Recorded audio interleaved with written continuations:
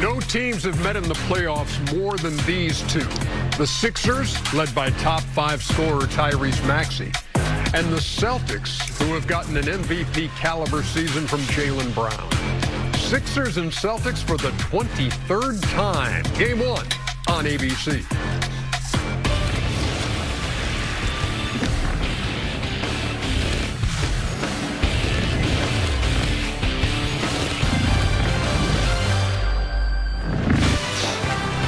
We'll get you started in Boston and then head to Oklahoma City for the Suns and the Thunder. Welcome to day 2 of the playoffs, an NBA tip-off presented by AT&T. Ernie Johnson here in Atlanta, Shaquille O'Neal and Kenny the Jet Smith and Charles Barkley, primed for a big day of hoops. Let me tell you something. As a guy who was blessed to play for the Sixers, anytime we played the Celtics, it was a really big deal. I cannot wait for this series to start. But y'all were terrible when y'all played. No, we weren't terrible. We were not terrible. You weren't what? Terrible. Terrible. There you go. We had an early one. You were terrible. Yeah. Oh, no, you had that Dr. Dave. Did you win?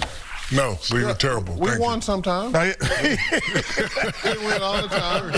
You sound like a 3-year-old. We won sometimes, Daddy. No, but it was always intense. Yeah. It was always intense. And you think the same in this time around, too? I do not think that. There will not be intensity in this playoff series? It's going to be an ass-kicking coming. That's what's going to happen. All right. Quick and fast. Way to build it up. It wasn't expected to be a number 2 seed in the East kind of season in Boston, but Jaylen Brown had a career year and Jason Tatum has come back from an Achilles tear. And now in the eyes of many, the Celtics are the favorites to come out of the East. The first round brings the Sixers, who opened the season with a win in Boston, and now hope to start the playoffs the same way. George Sedano is going to be working the sidelines in Game 1. We check in with him now. George? Hey, EJ. Good to have you guys aboard, and thank you for having me on the show today. So let's talk about what I discussed earlier today, if that's okay with you, with Joe Mazzulla. We talked specifically about Jason Tatum, and I asked him, are there any markers that he needs to hit, now that the postseason is here? Because there's a different level of intensity, as we all know, when it comes to the postseason. And he said, absolutely. Look, during the regular season, we wanted to see a couple of different things. We wanted to make sure that he played heavy minutes at some point, that he played about 40 minutes, and he did that a couple of different times, played 39, 40 minutes in a couple of different games. He also wanted to see if he could play a whole 12-minute stretch in a quarter, and he was able to do that. So they feel confident in where he's at right now from a conditioning standpoint, and they feel the shot will come around. He's not a 41% shooter. They expect him to be even better this postseason. Hey, on the Philadelphia side, any word? I know Joel Embiid's dealing with the appendicitis, and is there any indication from Nick Nurse on when we might see him, if we are going to see him in the first round? Unfortunately, EJ, it doesn't look like we'll see him anytime soon because he's still dealing with the recovery from that surgery. And when we asked him about a potential return during this series, he said they're not ruling it out. But again, this is something that's still kind of touch and go. He hasn't even started basketball activity, Ernie. George Sedano, thanks for the information. We appreciate it. We look forward to Game 1 of this series. And Kenny, if you stick your big old head in my shot, I dropped my pen, there's going to be trouble. My pen, there's going to be trouble. Let's move on, shall we? You don't find that amusing, Chuck? I do. I mean, but his head's always been big. It's just normally in his own shot. It's normally in a single shot. I thought it was an eclipse for a second. Some of us have big heads, and some of us big-headed. Hey, you know what? I'm impressed by the Boston Celtics' consistency in a season in which Jason Tatum did not play until late in the year. Look at this. Okay, second in the East, second offensive rating, fourth in defensive rating, all same as last year, just a little bit slower pace, and then Jason Tatum only playing in 16 games. Why were the Celtics able to do this in what was supposed to be an off year? Because they had another guy, because of circumstances, he was placed as number 2, but we forget that he was the finals MVP, and he played well. But I want to talk about the Boston culture. I remember watching the last game of the regular season. Everybody played hard.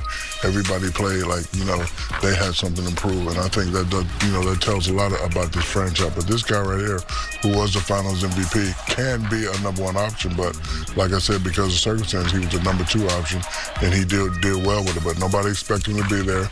They're playing well. The culture of Boston has everybody on that team playing at a high level, high intensity.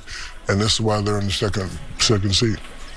So here's what we know about the Celtics, if you haven't been watching them much. Love to shoot the 3 ball. They rebound well. They don't turn the ball over. And they defend. You kind of like all those things going into a playoff series, Kenny. 100%. You talked about Jaylen Brown. We always knew he was a shot maker. But then we weren't sure if he was a playmaker, making plays for other people. So Jason Tatum, we had seen him make plays for other people at times. So he had the ball most of the time in his hands, and they said, okay, Jaylen, you just make shots. So now, when he got the role as the playmaker and shot maker, he actually flourished more. So that made him into what he is today. And, he is first-team All-NBA guy.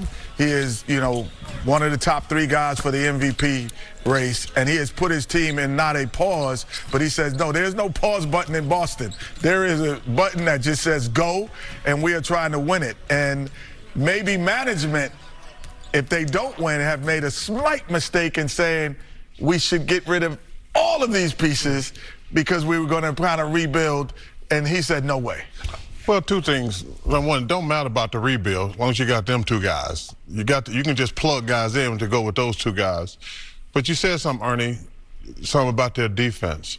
Even though they go through stretches where they don't make threes, and it's frustrating at times. But if you play good defense, that's always going to travel. That's why they're such an elite team. They play terrific defense. They got the young kid at the center. I forget his name. Neemias Queta. Yeah, that's his name.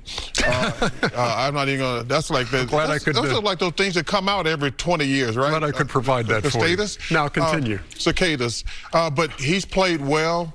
But Pritchard has done what he does. But they play hard. They play great defense. Now the only weakness of their game, I think they play a little too slow. I think they could really... slowest pace in the league. I think if they played a little bit faster, they'd be even better. Because when they're not making shots, it really shows when they're not making shots. I think if they played a little bit faster, they're going to still take the same amount of threes, but if they played a little bit faster... Can I ask you this then? Do you think they could have played faster without Tatum? Yes. And saying, hey, we're going to play faster and risk the fact that we don't have the same talent. Did you look at the stats? No, I'm talking about... Did you look at the stats? Yes, I did. They were the same as last year with Tatum. But I'm saying, can you take that risk to play faster? When they had Tatum, you didn't look at the stats. When they had Tatum, they still played slower. I'm just saying this year. No, I'm not talking about this year. I'm talking about even last year. Okay. If they played a little bit faster, I think they can make things easier for Tatum and Brown. How does Philly make it a series? Well, you just got to play hard, oh, come on now. Let me finish. Can I finish? Yes, it's nothing worse than playing the underdogs because they have nothing to lose. So, Boston cannot take this team lightly. BJ has to play great. Maxey has to play great.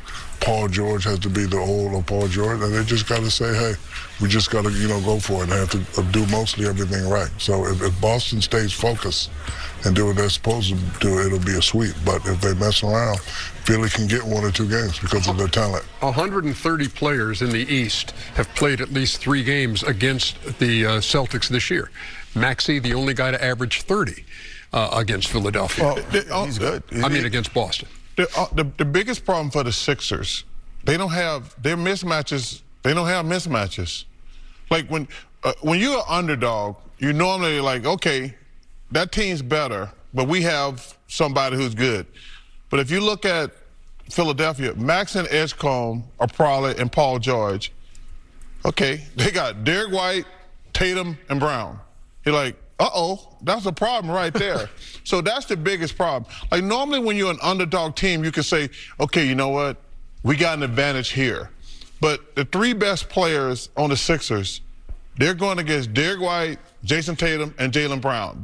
I wish I could have some hope. Because, I'm a 76er and a Suns fan, but this is going to be rough.